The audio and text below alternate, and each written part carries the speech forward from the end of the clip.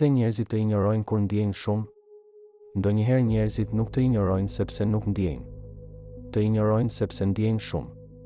Dhe ndoshta kjo është një nga gjërat më konfuze në marrëdhëniet moderne. Sepse logjikisht mendon, nëse dikush ndjen diçka për mua, pse largohet? Pse hesht? Pse bëhet i ftohtë? Pse më injoron? Por emocionet njerëzore nuk funksionojnë gjithmonë logjikisht. Shpesh njerëzit largohen pikërisht kur emocionet bëhen reale. Kur lidhja fillon të ketë peshë. Kur ndjenjat fillojnë t'i trembin. Ka diçka shumë interesante tek psikologjia njerëzore. Jo të gjithë njerëzit dinë si të përballojnë afërsinë emocionale. Disa njerëz e duan, por tremben prej saj në të njëjtën kohë. Psikologjia moderne e quan këtë avoidant attachment. Kur një person dëshiron lidhje por instinktivisht largohet kur ajo lidhje bëhet shumë e thellë. Prandaj ndonjëherë njerëzit afrohen shumë, pastaj zhduken. Shkruajnë gjithë ditën, pastaj heshtin. Të shikojnë non-stop, por nuk të flasin. Dhe personi tjetër mbetet duke menduar, çfarë ndodhi? Por ndonjëherë problemi nuk është mungesa e ndjenjave. Është frika nga intensiteti i tyre. Ka njerëz që janë mësuar të kontrollojnë gjithçka. Mendimet, jetën, emocionet. Dhe kur dikush fillon të ndikojë shumë emocionalisht tek ata humbasin ndjesinë e kontrollit. Kjo i trem, sepse afërsia krijon vulnerabilitet. Dhe vulnerabiliteti është i frikshëm për njerëzit që janë lënduar më parë. Prandaj disa njerëz bëhen të ftohtë pikërisht kur fillojnë të ndjejnë më shumë. Jo sepse nuk ju intereson, por sepse emocionet po bëhen shumë reale për ta.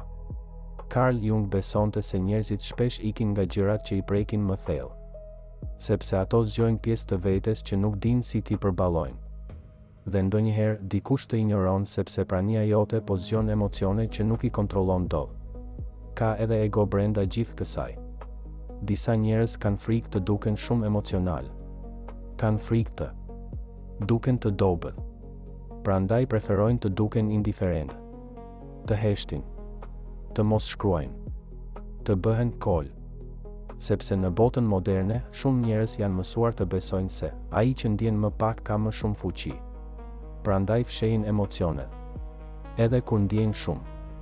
Ka diçka shumë të trisht tek kjo. Shumë njerëz sot nuk dinë si të jenë emocionalisht të sinqertë. Dinë të bëjnë story. Dinë të postojnë quotes. Dinë të japin mixed signals. Por nuk dinë të thonë, më pëlqen. Më mungon. Kam frikë. Nuk di si ta menaxhoj këtë që po ndjej. Dhe kështu fillon distanca. Psikologjia moderne ka zbuluar se njerëzit emocionalisht të mbingarkuar shpesh tërhiqen për të mbrojtur veten. Kjo quhet emotional overwhelm. Kur emocionet bëhen shumë intensive, truri kërkon distancë, qetësi, kontroll. Prandaj disa njerëz largohen jo sepse nuk ndjejnë, por sepse ndjejnë më shumë se që janë mësuar. Ka njerëz që kur fillojnë të lidhen emocionalisht aktivizohen plagët e vjetra. Frika nga braktisja, frika nga refuzimi, frika nga humbja. Dhe në vend që të afrohen më shumë largohen. Sepse mendja e tyre po përpiqet t'i mbrojë. Edhe pse kjo mbrojtje shpesh shkatëron lidhjen. Marcus Aurelius shkruante, njeriu shpesh ikën nga gjërat që ka më shumë nevojë të përballet. Dhe ndoshta kjo ndodh edhe në dashuri. Sepse lidhjet reale të detyrojnë të jesh vulnerabël, të shfaqesh pa maska, të ndihesh i ekspozuar emocionalisht. Dhe jo të gjithë janë gati për këtë. Ka edhe njerëz që të injorojnë sepse nuk dinë çfarë duan. Një pjesë e tyre do afërsi. Pjesa tjetër ka frikë prej saj. Prandaj bëhen hot and cold. Afrohen. Largohen. Kthehen. Heshtin përsëri. Dhe personi tjetër fillon të ndihet emocionalisht i humbur. Sepse mixed signals janë shumë më të lodhshme se sa një refuzim i qartë. Kur dikush të injoron por vazhdon të shikojë. Kur largohet por nuk të harron. Kur hesht por kërkon praninë tënde. Kjo krijon konfuzion emocional. Dhe konfuzioni është një nga ndjenjat më të lodhshme për mendjen njerëzore. Nietzsche shkruante, ka njerëz që nuk dinë si të përballojnë thellësinë e emocioneve të tyre. Dhe ndoshta kjo është arsyeja pse disa njerëz largohen pikërisht kur lidhja fillon të bëhet reale. Sepse realiteti emocional është më i frikshëm se sa fantazia. Në fillim gjithçka është e lehtë. Flirt, eksitim, mister. Por kur emocionet bëhen të vërteta fillon frika. Sepse tani ekziston mundësia reale për t'u lënduar. Dhe shumë njerëz modern nuk dinë si ta përballojnë këtë. Prandaj preferojnë distancën, heshtjen, injorimin, sepse mendojnë se kështu mbrojnë veten.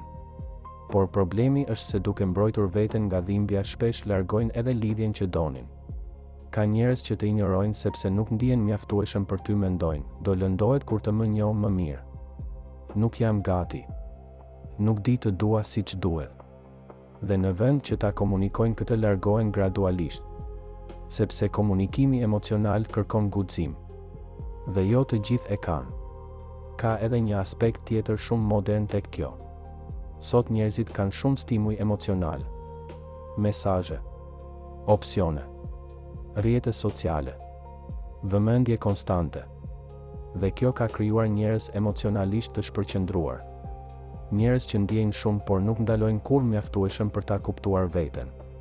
Prandaj ikin nga emocionet e thella.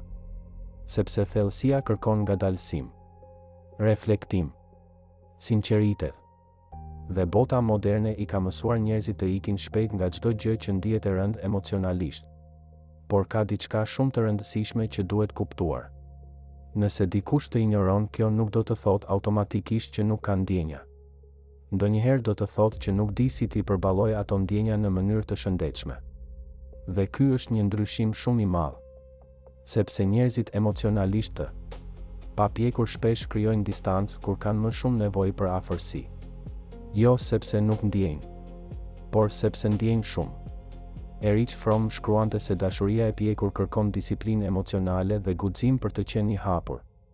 Dhe ndoshta kjo është arsyeja pse lidhjet e vërteta janë bërë kaq të rralla.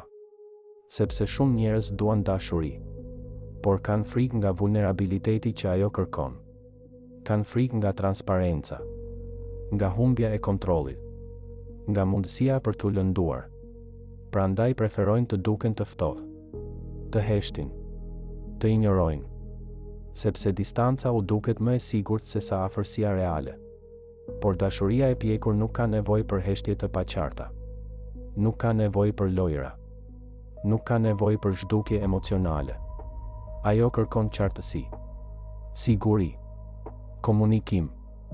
Dhe ndoshta pjekuria emocionale fillon pikërisht aty, kur njeriu ndalon së ikuri nga emocionet që ndjen. Sepse në fund njerëzit që të injorojnë kur ndjejnë shumë nuk janë gjithmonë indiferentë. Ndonjëherë janë thjesht të frikësuar nga sa shumë po ndjejnë në të vërtetë. Abonohu në kanal për më shumë video rreth psikologjisë, emocioneve, marrëdhënieve dhe anës së heshtur të natyrës njerëzore. Ndoshta disa biseda dëgjohen më mirë natën.